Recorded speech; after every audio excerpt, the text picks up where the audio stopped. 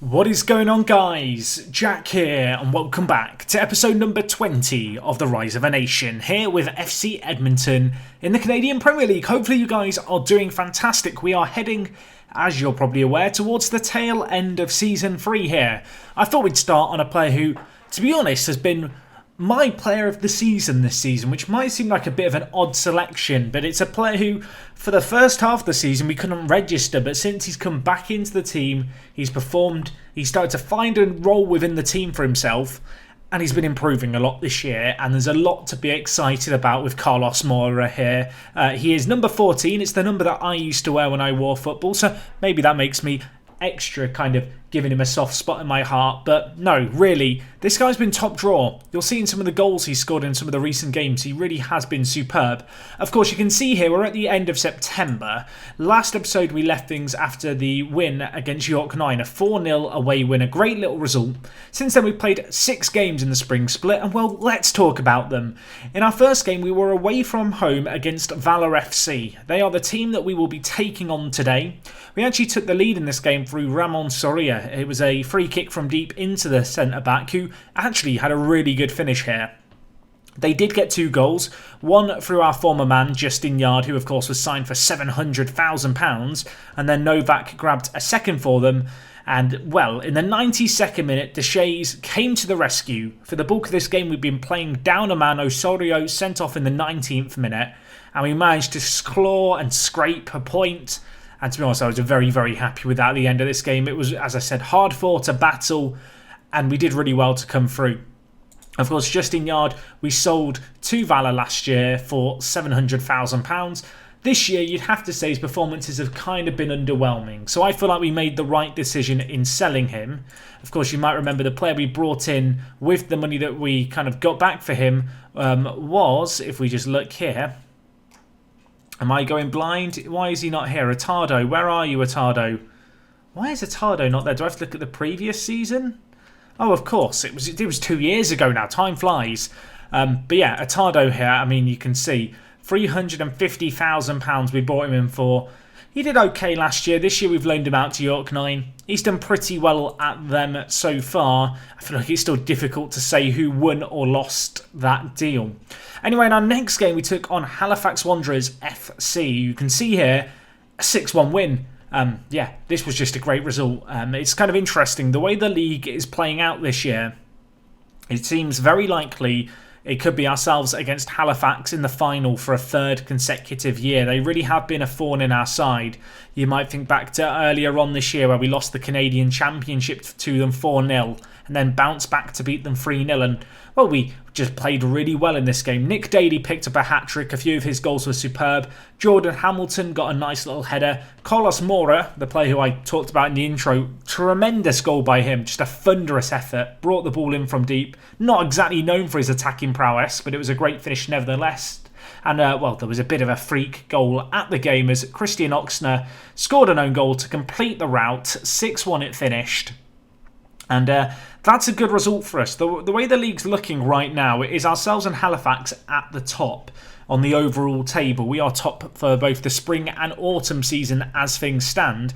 However, we do still have to take on Halifax twice between now and the end of the year. Now, I'm not going to cover either of those games in an episode because we've already played them a load and we're going to probably be playing them at the end of the year. But there is an outside chance that if we can do well against them, they could be dethroned as the second place team. Actually, you can see the table here. They are currently, after 13 games played, on 28 points, so really not that far behind us. But if we just look at the overall table, you can see they are currently 5 points ahead of Valor, who have played 2 matches more. York 9, of course, had a fantastic spring season, only losing 3 games in 10.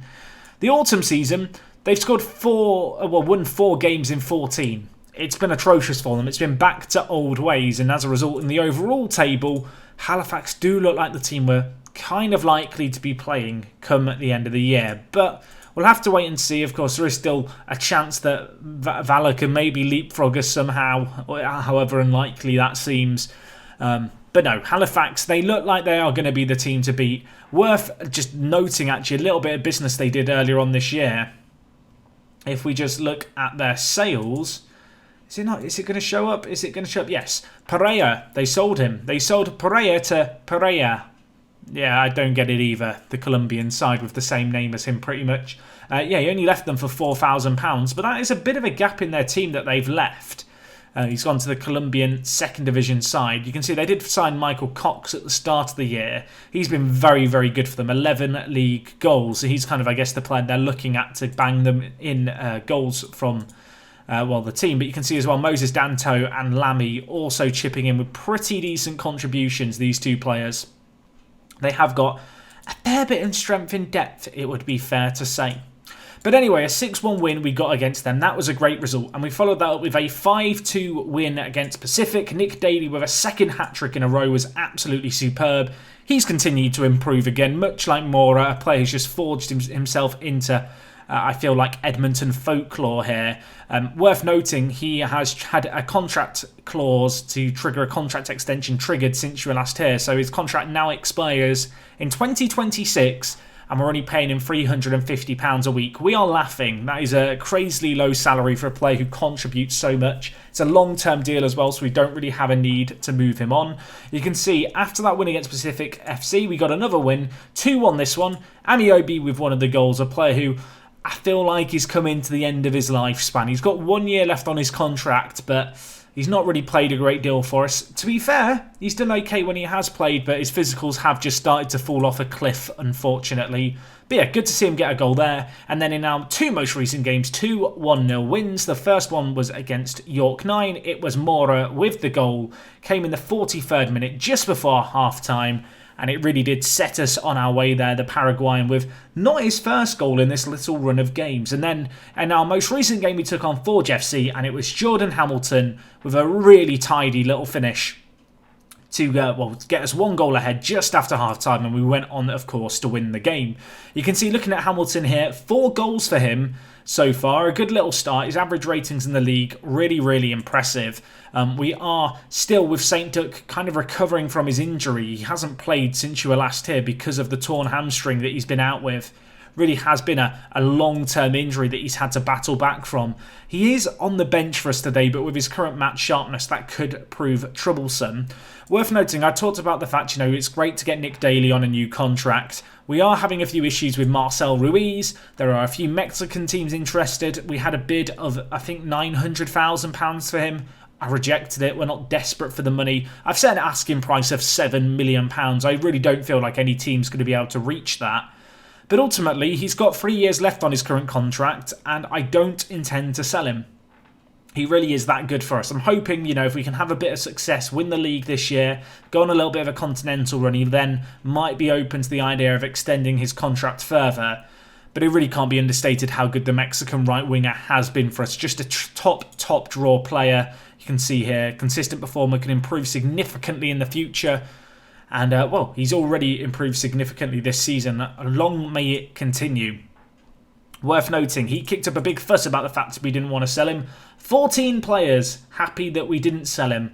Also worth noting, Velado Sagai has been asking to go out on loan. We did try and sort him out alone both pre-season and in the summer. Very, very good young prospect, but he's just not really flourished. Granted, for the under-21s, he's done okay, 9 assists this year, but no one really wanted to take a punt on him in the Canadian Premier League, which is a little bit of a shame. You can see here, just looking at the table, Cavalry at the top of the pile. 2 of our players in the top goal scorers. Jack Galvin has done very, very well, the 18-year-old. And also Danny Esteban has been a top performer this year, the 18-year-old. He looks like a really good pressing forward to me, a player who we signed from Sigma on a free transfer. He's done very well. He is the player with the best average ratings. And also, Kazunori Kurata. This guy, if we didn't have the foreign player rules, I would be registering this guy. He is so blooming good. I'm surprised he's not played on the international stage yet for Japan. He's just top draw. Like, you compare him to some of our strikers in the first team. I feel like, you can compare him to Daly here. You can see how he could offer us something that Daly doesn't currently offer us. He really is that good. Maybe with Amiobi looking like he might be on his way out. Another player who's been kicking up a fuss has been Sarkaria this year. Obviously a player who was great for us in his day, won back-to-back player of the years, but this season has kind of found himself a little bit surplus. You can see the comparison here. Karata is just better in a lot of ways. He's young, he's hungry, and he's improving a lot. I would be sad to see Zakaria go, but he did try and force through a move in the summer. I do feel like with Hamilton having joined us in the striker department, it's very much a case of Zakaria is now kind of fourth choice striker on a good day, which is a bit of a shame to say, but yeah, he's been good for us, don't get me wrong, but you can see 2 goals and 2 assists. Compared to previous years, he's just not been to that same level, especially when you look at just how good Daly's been with 16 goals and 7 assists. And when you look further down, Mora's got 5 goals for us, Deshays has got 4, Shandal Senior's got 4, Hamilton, of course, only joined us fairly recently over the summer's done very, very well. Also Mosavat, a player who I've not really talked about a great deal, extremely good, the 17-year-old. Between him and Deshays, we have, 2 future, I feel like, Canadian centre midfielders for the national team, particularly Deshays, who's improved a lot, of course, a product of our academy. Keeping a very close eye on this guy, and you can see this year he's played a decent chunk of football for us, and he definitely has developed off the back of it. I did show the league table briefly. This is how things are currently looking with 5 games left, 4 games following this one. We're in a pretty good position. So in terms of our team for today's game, this is the squad I'm going to go with. We're going to go with Connor James in goal. I have been rotating him and Williams around. Kevin Williams, you can see 8 appearances in the Canadian Premier League. The 17-year-old needs match time. He's an extremely talented player who I really can't wait to see flourish. And I think James has kind of enjoyed having a bit of a rest from game to game. Anyway, you can see Apare, Soria and Solomon, our back 3. Soria, one of the highest average ratings in the league this year. He's been top draw. Obviously, we brought in Fraser longer term, I feel like, to be that replacement ball-playing centre defender. Right now, Fraser's suspended. I have been trying to give him game time at centre-back, so hopefully he can become natural in it. That's very much a work in progress. Ahead of those 3, we have Shandal Senior, a player who, to be honest, has struggled a little bit with training as of late. Still, at 22 years old, an exceptional player for us. I mean, look at those average ratings. A 7.46 really can't be underestimated. Then across the midfield, we've got Lovitz out on the left. He's done fairly well. He's not wowed me as much as I was hoping he would, but he's definitely done a job. I did envisage him and Telfer having quite a battle to play out on the left wing, but you might remember Telfer this year was out for, you can see here, 4 weeks with a calf strain. Never really recovered off the back of that. Maybe an opportunity to play him in the next couple of games just as we go into the end of the season. Ruiz is out on the right. Mora and Deshays are going to play in the centre of the midfield. Going to give Marshall a little bit of a rest just with the way we're rotating the team. For today's game, we have our 5 foreign player slots being used already, so Marshall was just the player who I decided probably deserves a rest out of the players in our team who do take up those spots. And then up top, we of course have Nick Daly, who just top draw, continue to improve, and his new partner in crime, Jordan Hamilton, who has very much kind of stepped in the absence of Duck and really done a good job for us. I feel like between those 3 strikers, we have 3 quite different players. I feel like they all bring something slightly different to the table. Daly's very, very quick, fairly athletic, good and strong. Not the best in the end, not the best finisher either. You could argue a similar story for Duck as well. Not necessarily the craziest finisher, but Duck is someone who's very good at dribbling, good with the ball at his feet, which is something that Nick Daly, his dribbling I think is only 6 or 7. It's pretty lackluster. And then really Hamilton is that middleman. He's the best of both. I wouldn't say he's as good as either as a specialist, as either a pressing forward or as an advanced forward, but what he does for us is he just shines and he performs well when we need him to. Anyway, we're forced into an early change here due to a Deshays injury. He is, as you might remember, listed as injury prone. He's never had an injury for us. We knew this day was going to come eventually. Let's hope it's nothing too serious. The change I'm going to make is I'm going to have to put Mora to advanced playmaker. He's not the craziest playmaker in the world, although he can head a ball, as you saw there. But we don't really have the greatest of options. I could bring in, obviously, Marshall, but the issue with bringing in Marshall is I would have to rotate the team around and make another sub because of the foreign player limit. And 20 minutes in, don't really want to have to do that. And I feel like Mora can do a job for us. I've bigged him up to start today's episode. Let's see what he can do. Keep an eye on him. The young Paraguayan, I really feel like he's been a bit of a machine for us. For the most part, he has played that centre mid on support role. But he has also played as a ball-winning midfielder from time to time. Anyway, we've got a penalty here. Lovitz was fouled in the box. Can Nick Daly step up to the plate and deliver? Of course he can. Straight down the middle. Keeper sent down to his side. That's a 17th goal of the season for Daly. What a tremendous total that is. Of course, back-to-back hat-tricks fairly recently. He is in very red-hot form. Not the craziest penalty. You know, it wasn't smashed into the top corner and completely unsavable, but oh, he forced the keeper to commit, slotted it where the keeper was not, and we take the lead in this game. Although Yard's going to bring it forward and lay it off to Mohamed, who just tucks it in. I'm not familiar with this guy. He looks very good. He's on loan from Man City. I mean, if that isn't an indicator of some of the progress that's been made by the Canadian Premier League, I don't know what is. They've got Justin Yard and Mohamed playing alongside each other. Mohamed looks like a very, very good player in the air, whereas Yard has that yard of speed about him, pardon the pun. Crucial header miss there by Shandal Senior. Yard then just thread through his strike partner. Could James have done better at the near post? I'd like to think he could have done, to be honest. Valor respond almost immediately to our initial goal. And well, we now have a little bit of an uphill struggle, although Nick Daly with the free kick, not far over at all there from Nick. Hit with power, hit well, just the wrong side the crossbar. I'm a little bit concerned about Senior on a booking, playing that ball-winning midfielder role. It's a role which does require you to get a little bit stuck in.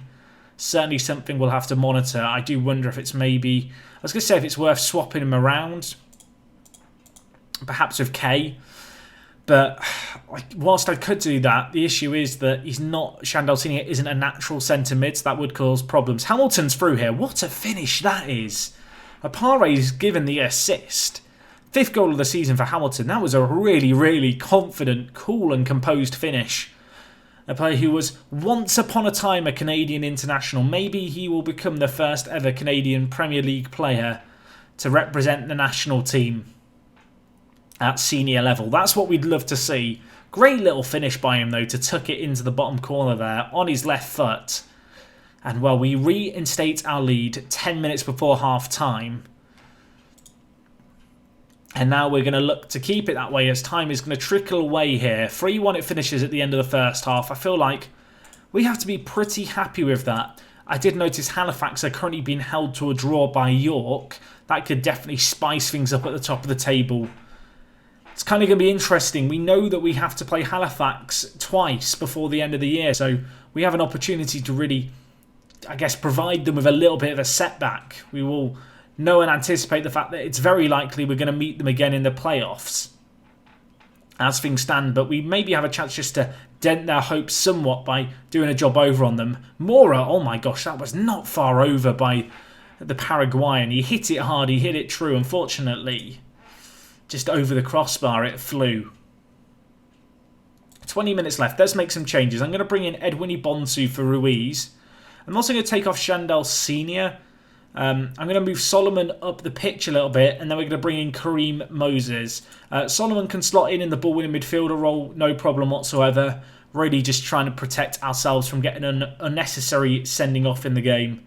Also good just to give Edwin Bonsu out on the right wing a run out. He's been pretty solid. He's been a very reliable substitute we've brought on. Not that infrequently even. Compared to Ruiz, it's kind of been a go-to sub at times to swap the right midfielders. Anyway, we need to panic here. They've got a chance. Dylan Sacramento bangs it in. We drew against Valor 2-2 with 10 men, and I put it down to the fact we were down to 10 men.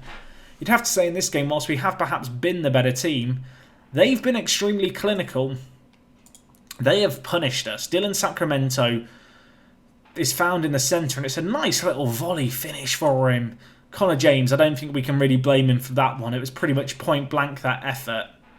10 seconds left of this game. It looks like we're going to have to settle for a draw, which is a bit of a disappointment, but it does maintain at least our unbeaten run that we've had going for a little while now. 2-2 it finishes. Halifax drew as well, which means that we maintain a 3-point margin over them. Of course, both ourselves and them have games in hand, although the games in hand are against one another, so it's kind of difficult to get a read on situations. The Shays only out for 2 to 3 weeks, could be a little bit worse. You can see here Prince Amanda playing the full game for Pacific FC. Attardo making an appearance for York Nines under 21s. I was hoping he'd feature a little more in the first team, Attardo for York 9, but the good news is at least he is continuing to improve, so it's not kind of been a completed wasted effort, the loan spell, but yeah, maybe a teeny bit disappointing with how that's panned out ultimately, but I don't know, we'll bounce back and we'll keep an eye on it, of course.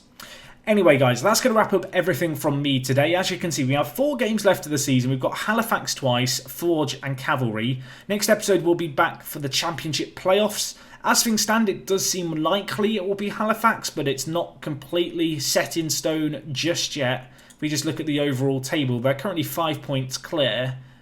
They have 2 games in hand, but they are against us. Things can change fairly quickly. Halifax are an interesting team as well. They've kind of regained some form now, but they've gone through spells where they've struggled, and knowing that they've got us in their next 2 games, albeit at home, they're going to know that they're not easy, and I'm hoping that we really can, I guess, put them under some pressure and really test them in the games we've got upcoming against them. But anyway, guys, that's going to wrap up everything from me. Hopefully I see you guys next time. If you have enjoyed today's episode, do drop a like on it. Massively, massively appreciated. And, well, of course, I will catch you on the next one. It is me, Jack, and I'll talk to you guys in a bit. I'm out.